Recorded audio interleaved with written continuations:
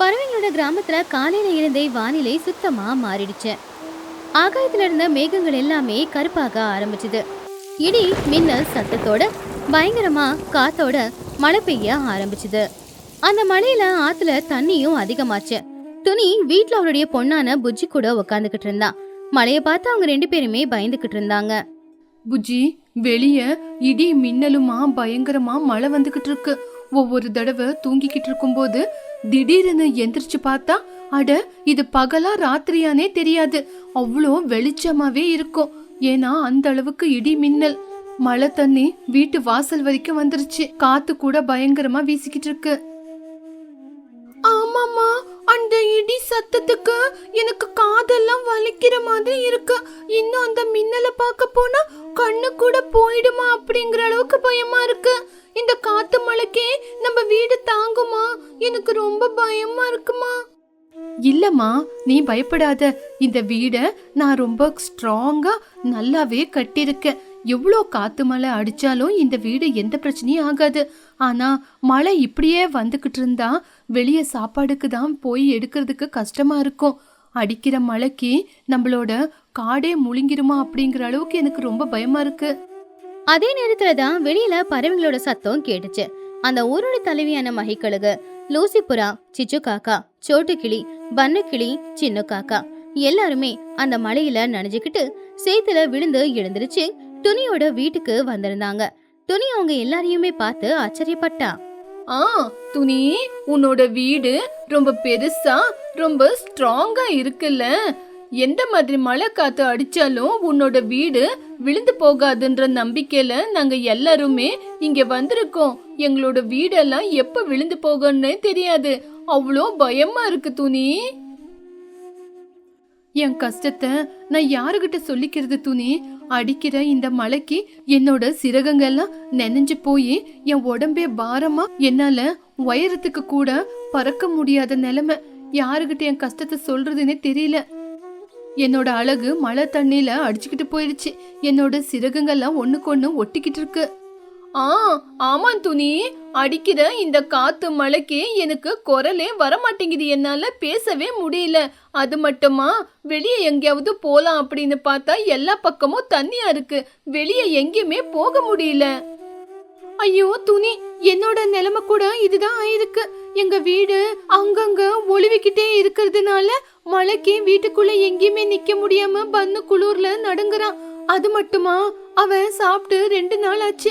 வீட்டுல சாப்பிட கூட எதுவும் இல்ல துணி. ஆண்டி, இந்த மழை தண்ணியில நனைஞ்சு எனக்கு மூக்கெல்லாம் கட்டி போயிடுச்சு ஆண்டி. என்னால மூச்சு கூட விட முடியல. இந்த குளிருக்கு எனக்கு ஏதாவது சுட சுட சாப்பிடணும் போல இருக்கு. ஆனா என்னடா பண்ண முடியும் பன்னு? இயற்கை எல்லா நேரத்திலயும் ஒரே மாதிரி இருக்கிறது இல்லல்ல. எப்ப பார்த்தாலும் இந்த நேரத்துல காத்து மழைன்னு வீசிக்கிட்டு இருக்கு. இந்த நேரத்துல இந்த குளிர் காத்து இதுல இருந்தெல்லாம் நம்ம தப்பிக்கிறதுக்கு ஏதாவது கண்டிப்பா ஒரு வழிய தேடி ஆகணும். அம்மா, எனக்கும் ரொம்ப பயமா இருக்குமா. இந்த மழைக்கு என்னோட சிறகுங்கள்லாம் ஒண்ணுக்கு ஒட்டிக்கிட்டு இருக்கு. எனக்கு ரொம்ப பசிக்குது. சுட சுட சாப்பிடணும் போல இருக்கு. அம்மா, சின்ன பண்ணுக்கும் ரொம்ப பசிக்குதா? எனக்கும் பசிக்குதுமா. இந்த மழை கிளைமேட்டுக்கு சுட சுட ஏதாவது சாப்பிடணும் போல இருக்கு. இனிப்பா இருக்கிற பழம் வேண்டாம், காரமா ஏதாவது செஞ்சு கொடுங்க. புஜ்ஜி, நீ சரியா சொன்னேம்மா. நான் நம்ம வீட்டுல காஞ்சி போன புல்ல கொண்டு வந்து வச்சிருக்கேன். எவ்வளவு பேருக்கு வேணா சமைக்கலாம். நம்ம எல்லாருக்காகவும் மீனும் மாங்காவை போட்டு குழம்பு வைக்கிறேன். நல்ல புளிப்பான மாங்காய், நல்ல காரமா இருக்கிற மிளகா, இது எல்லாம் அரைச்சு போட்டு மீன் குழம்பு வச்சா உடம்புல சூடு வரும்ல. அதனால உங்க குளிர் எல்லாம் பறந்து போயிடும். மாங்காய் போட்டு மீன் குழம்பா? ஆஹா, கேக்கும் போதே வாயில எச்சில் ஊறுது. இந்த கொற்ற மழைக்கு காத்துக்கு சுட சுட காரமா உப்புப்பா புளியா மீன் குழம்பு சாப்பிட்டா அதோட ருசியே தனி. ஆனா இந்த கொற்ற மழையில நம்மளுக்கு மீன் எப்படி கிடைக்கும்? இந்த மழையில நம்ம எங்க இருந்து மீனை கொண்டு வர்றது? ஆமாம் துணி, இந்த கொற்ற மழையில மறுபடியும் என்னாலெல்லாம் வெளியே போக முடியாது. ஏற்கனவே நான் நனைஞ்சு போயிருக்கேன். இந்த மழையில வெளியே போய் மீன் பிடிக்கிறது, மாங்காவை கொண்டு வர்றது அப்படின்னு நடக்காத விஷயம். மாங்காய் மீன் குழம்பு இல்லாம குழம்பு எப்படி வைக்குவ துணி? யோசனை ஏதோ நல்லாதான் இருக்கு. ஆனா அத கொண்டு வந்து காட்டுக்கு போய் செஞ்சு சாப்பிடணும்ல, அது எப்படி முடியும் துணி? அப்படி எல்லாரும் யோசிச்சுக்கிட்டு இருக்கிற அந்த நேரத்துல சிச்சுவுக்கு ஏதோ ஒரு யோசனை வந்துச்சு. உடனே அவ கூட்டு விட்டு வெளியில போய் கீழே இருக்கிற தண்ணிய பார்த்து ஏதோ யோசிச்சுக்கிட்டு இருந்தா. நண்பர்களே, இந்த சிச்சு காக்கா இருக்கும்போது நீங்க எதுக்காக கவலைப்படுறீங்க? யாருமே மீனை தேடி ஆத்து வரைக்கும் போக வேண்டிய அவசியமே இல்ல. நம்மளுக்கு தேவையான பொருளுங்களை இந்த இயற்கையே நம்மளுக்காக கொண்டு வந்து கொடுக்கும். வாங்க எல்லாரும் என் கூட வெளியே வாங்க. அட சிச்சு, நீ என்ன பேசிக்கிட்டு இருக்க? மழை எப்படி நம்மளுக்கு சாப்பிடுற பொருளை கொண்டு வந்து கொடுக்கும்? மழை நம்மளுக்கு வெறும் தண்ணியை தான் கொடுக்கும். எனக்கு எதுவுமே புரியல. எதுக்கு ஆகாதமாகி ஒரு தடவை வெளியே வந்து பாருங்க. எல்லா பக்கமும் மழை வந்து தண்ணி நிறைஞ்சு போய் ஊரு முழுக்க தண்ணி வந்திருக்கு. அந்த தண்ணியில ஆத்துல இருக்கிற குட்டி குட்டி மீனுங்க நம்மளுக்கு தேவையான பொருளுங்கெல்லாம் துணி வீட்டு முன்னாடி அடிச்சுக்கிட்டு வந்திருக்கு. நீங்க எல்லாரும் ஒரு தடவை வெளியே வந்து பார்த்தா விஷயம் என்னன்னு உங்களுக்கு புரியும். வாவ் சிச்சு, உன்னோட யோசனை ரொம்ப சூப்பரா இருக்கு. உன் கண்ணு கூட ரொம்ப ஷார்ப்பா இருக்கு. என் வீட்டு முன்னாடி தண்ணி வந்து நிக்குது. அந்த தண்ணியில ஃப்ரெஷ்ஷான மீன் உயிரோடவே ஓடாடிக்கிட்டு இருக்கு. அம்மா, எல்லாம் சரி, மாங்காப்பழம் இப்போ எங்க இருந்து கிடைக்கும்? அதுக்கு கூட ஒரு வழி இருக்கு. அதுக்கு கூட ஒரு சரியான வழி இருக்கு. அடிச்ச காத்து மழைக்கு மாங்காயெல்லாம் மரத்துல இருந்து கீழே கொட்டி இருக்கும். இங்கதானே துணி வீட்டுக்கு பக்கத்துலயே ஒரு பெரிய மாங்காய் மரம் இருக்கு. நான் போய் அந்த மாங்காவை எடுத்துட்டு வரேன். அதுக்குள்ள நீங்க போய் இங்கிருந்து மீனை புடிச்சுக்கிட்டு வந்துருங்க. உன்னோட புத்திசாலித்தனத்துக்கு முன்னாடி எங்களால நிக்க கூட தகுதி இல்ல சிச்சு. அடிக்கிற இந்த காத்து மழைக்கு வெளியே போறேன்னு சொல்ற. உனக்கு நான் உதவியா இருக்கேன், வரவா? ஐயோ வேண்டாமகி, நான் இந்த கொற்ற மலையில போயிட்டு வரேன். நீங்க எதுக்காக மலையில வெளியே அலையறீங்க? நீங்க துணிக்கு உதவி செய்யுங்க. சோட்டு, நீயும் துணிக்கு மீன் பிடிக்கிறதுக்கு கொஞ்சம் உதவி செஞ்சுக்கிட்டு நான் வெளியே போய் மாங்காவை எடுத்துட்டு வந்துடுறேன். சிச்சு வேகமா அங்கிருந்து போயிட்டான். துணியும் சோட்டுமும் வீட்டு வாசல்லையே நின்னு தண்ணியில இருந்து எகிரி எகிரி குதிக்கிற மீனுங்க எல்லாத்தையுமே பிடிச்சி கூடையில போட்டுக்கிட்டு இருந்தாங்க. துணி, சிச்சு சொன்ன மாதிரியே வீட்டுக்கு வெளியவே நம்மளுக்கு எவ்வளவு ஃப்ரெஷ்ஷா உயிரோட இருக்கிற மீன் கிடைச்சிருக்குன்னு பாரு துணி.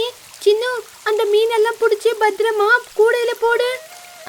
சரியம்மா, நானும் உங்களுக்கு மீன் பிடிக்க உதவி செய்யறேன். இருந்தாலும் மீன் கையில இருந்து வலிக்கிட்டு இருக்கு.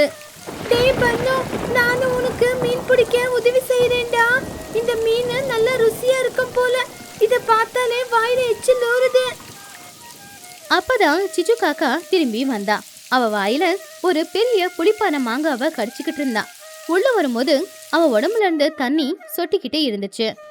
துணி, இந்த துணி மாங்கா. இந்த மாங்காவை மீன் குழம்புல போட்டு வச்சா நல்ல புளிப்பா காரமா ரொம்ப ருசியா இருக்கும். நிறைய மாங்காய் விழுந்திருந்தது. நல்லதா பார்த்து பொறுக்கி எடுத்துட்டு வந்தேன். அப்பா, வெளிய காத்து பயங்கரமா வீசுது. சிச்சு, ரொம்ப தேங்க்ஸ் சிச்சு. உன்னால இன்னைக்கு நம்மளுக்கு மாங்காய் கிடைச்சது. துணி, எல்லா பொருளும் கிடைச்சது இல்ல. நீ குழம்பு வைக்க ஆரம்பி. நாங்க எல்லாரும் சேர்ந்து உனக்கு குழம்பு வைக்க உதவி செய்யறோம். சரி சரி. இப்போ நான் வீட்டுக்குள்ளேயே உங்களுக்கு காஞ்சி போன புல்ல கொண்டு வந்திருக்கேன். அதுல தீ போடுறேன். நீங்க எல்லாரும் உக்காந்துக்கிட்டு குளிர் காஞ்சிக்கிட்டு இருங்க. அடிக்கிற மழைக்கு குளிருக்கு எதமா இருக்கும். துணி வீட்டுல இருக்கிற விறகு போட்டு எல்லாருக்குமே குளிர் காயறதுக்காக நெருப்ப மூட்டினா. எல்லாரும் அந்த அடுப்பை சுத்தி உக்காந்துக்கிட்டு குளிர் காஞ்சிக்கிட்டு இருந்தாங்க. வெளியில இடிமின்னல் சத்தம் கேட்டுக்கிட்டு இருந்தாலும் உள்ள மட்டும் அவங்க எல்லாருக்குமே கதகதப்பா இருந்துச்சு. வீட்டுக்குள்ள சூடா நெருப்பு போட்டதுனால அந்த சூட்டுக்கு என்னோட குரல் சாதாரணமா ஆயிடுச்சு. வெளியே அடிக்கிற மழைக்கு வீட்டுக்குள்ள நல்ல சூடா இருக்கு. சரி, இப்போ குழம்பு வைக்க ஆரம்பிக்கலாம். சோட்டு, இந்த மாங்காவை சின்ன சின்னதா நீ குழம்புக்கு கட் பண்ணி கொடு. சிச்சு, நீ போய் இந்த மீனை நல்லா கழுவி இதுக்கு தேவையான மசாலா எல்லாம் போட்டு வை. அப்பதான் புளிப்பெல்லாம் நல்லா இறங்கும். சின்னு, பன்னு, நீங்க 2 பேரும் போய் சுத்தமான தண்ணிய கொண்டு வாங்க. துணி, மசாலாவை நான் காரமா நல்லா அரைச்சு கொண்டு வரேன். இந்த காரமான மசாலாவுக்கு எல்லாருக்கும் இருக்கிற குளிரெல்லாம் விட்டு போயிடணும். துணி, நான் மாங்காவை சின்ன சின்னதா கட் பண்ணி கொண்டு வந்திருக்கேன். இந்த புளிப்புக்கு வாயில எச்சிலே ஊறுது. துணி அடுப்பு பத்த வச்சு அதுல ஒரு மண் பாத்திரத்தை வச்சு வெட்டின மீன் துண்டுங்க, அப்புறம் வெட்டின மாங்காய், லூசி அரைச்சு கொடுத்த மிளகா காரமான மசாலா, இது தண்ணி, உப்பு, காரம் எல்லாத்தையும் போட்டு மூடி வச்சிருந்தா. வெளியில இடிமின்னல் சத்தத்தோட காத்து பயங்கரமா வீசிக்கிட்டு இருந்துச்சு. மழையும் ஜோராதான் வந்துகிட்டு இருந்துச்சு. ஆனா துணியோட வீட்டுக்குள்ள மட்டும் மீன் குழம்போட மனமும் அப்படியே அந்த அடுப்போட அனலும் நல்ல கதகதப்பா தான் இருந்துச்சு. துணி மீன் குழம்புல மாங்காய் போட்டு வைக்கிறதுனால இந்த குழம்பு ரொம்ப ருசியா இருக்கும். அது மட்டுமா நீ அரைச்சிருக்கிற இந்த மசாலாவோட வாசம் மூக்குக்கு இழுத்துக்கிட்டு இருக்கு. எப்படா குழம்பெல்லாம் ஆகும், எல்லாரும் உக்காந்து எப்ப சாப்பிடலாம் அப்படின்னு நாங்க காத்துக்கிட்டு இருக்கோம். மகி, இந்த மசாலாவோட ஸ்மெல்லுக்கே எனக்கு பிடிச்சிருந்த கோல்டெல்லாம் தூரமாயிடுச்சு. வெளியே சில்லுன்னு காத்து மழை வந்துகிட்டு இருக்கும்போது வீட்டுக்குள்ள காரமான சுட சுட மீன் குழம்பு. அம்மா, மீன் வெந்து குழம்பு ரெடி ஆயிடுச்சா? இந்த வாசத்துக்கே ரொம்ப பசி எடுக்குதுமா. சீக்கிரமா எங்களுக்கு சாப்பாடு கொடுங்க. ரெடி ஆயிடுச்சு புஜ்ஜி. எல்லாரும் வாழை இலை போட்டுக்கிட்டு சாப்பிடுறதுக்கு ரெடியா உக்காருங்க. நான் எல்லாருக்கும் சுட சுட சாப்பாடு கொண்டு வரேன். எல்லாரும் அமைதியா உட்காந்துருக்கும் போது துணி எல்லாருக்கும் முன்னாடியே வாழை இலைய போட்டு அதுல சுட சுட சாப்பாடை போட்டு மீன் குழம்பையும் ஊத்தி பக்கத்துல ஒரு மீன் துண்டை எடுத்து வைக்கும் போது எல்லாரும் வாயிலையுமே எச்சில் ஊறுச்சு. அம்மா, நான் தான் முதல்ல சாப்பிடுறேன் அப்படின்னு பீச சாப்பிட்டு பார்த்து, அம்மா, இந்த மீன் குழம்பு ருசிக்கு வாயில வச்ச உடனே மீன் அப்படியே கரைஞ்சு போதுமா. எனக்கு ரொம்ப சந்தோஷமா இருக்கு.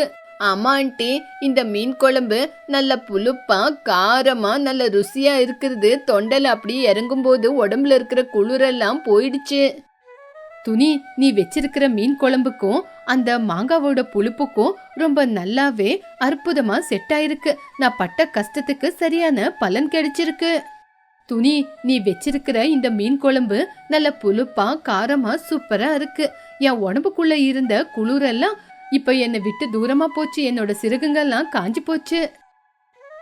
துணி, இந்த சுட சுட மீன் குழம்பு காரமா எதமா இருக்கிறதுனால தொண்டையில இருக்க கஃபம் எல்லாம் கரைஞ்சு போச்சு. இப்ப நான் ரொம்ப சூப்பரா பாடுவேன். இப்ப உங்க எல்லாருக்காகவும் ஒரு பாட்டு பாட போறேன், கேளுங்க. குஹு சந்தோஷமா அந்த இயற்கையை பத்தியும் இப்ப பெய்யுற மழைய பத்தியும் ஒரு அழகான பாட்டை பாடினா. வெளியில மழை பெய்யும் போது அது கூட குஹுவோட பாட்டும் துணையா மாறி கேட்க ரொம்ப நல்லா இருந்துச்சு. இன்னைக்கு காலையிலேயே நம்ம எல்லாம் என்ன ஆக போறோம் அப்படின்னு மழை வருதேன்னு ரொம்ப கஷ்டத்துல நிறைஞ்சிருந்த நாள் இது. ஆனா நம்ம இங்க வந்து புஜ்ஜி கேட்ட மாதிரியே சிச்சியோட உதவியால துணியோட திறமையால நம்ம எல்லாரும் சந்தோஷமா இன்னைக்கு உக்காந்துக்கிட்டு சாப்பிட்டுக்கிட்டு இருக்கோம். மகி, நம்ம எல்லாரும் அந்த கடவுளுக்கு தான் நன்றி சொல்லணும். நம்ம எல்லாரும் ஒத்துமையா இருந்தா எதை வேணாலும் நம்ம சாதிக்கலாம். சரி, எல்லாரும் நல்லா சாப்பிடுங்க. குழம்பு இன்னும் நிறைய இருக்கு. அம்மா, நான் இன்னொரு கப்பு மீன் குழம்பு குடிக்க போறேன். இன்னைக்கு மழை வந்ததுக்கு நல்லதாச்சு. இனிமே எனக்கு மழைன்னா ரொம்பவே பிடிக்கும். வெளியில மழை விடாம பேஞ்சுக்கிட்டே தான் இருந்துச்சு. இடியும் மின்னலும் கேட்டுக்கிட்டே தான் இருந்துச்சு. ஆனா துணியோட வீட்டுக்குள்ள மட்டும் எல்லாரும் சந்தோஷமா துணி சமைச்சு கொடுத்த அந்த மாங்காய் மீன் குழம்ப சாப்பிட்டு ரொம்பவும் சந்தோஷமா சிரிச்சுக்கிட்டு பேசிக்கிட்டு இருந்தாங்க. அப்படி அன்னைக்கு சிச்சு காக்காவோட உழைப்பும் அவருடைய புத்திசாலித்தனமும் துணியோட சமையல் திறமையும் அவருடைய பாசமும் எல்லாமும் சேர்ந்து அந்த சோன மழை பெய்ற அந்த நாளை எல்லாருக்கும் பிடிச்ச மாதிரி ஒரு நாளா மாத்துச்சு. அவங்க கிட்ட என்ன இருக்கோ அதை வச்சே அழகா சமைச்சு அன்னைக்கு நாள் பூரா அந்த மீன் குழம்ப சாப்பிட்டு அவங்க எல்லாரும் ரொம்ப சந்தோஷமா இருந்தாங்க.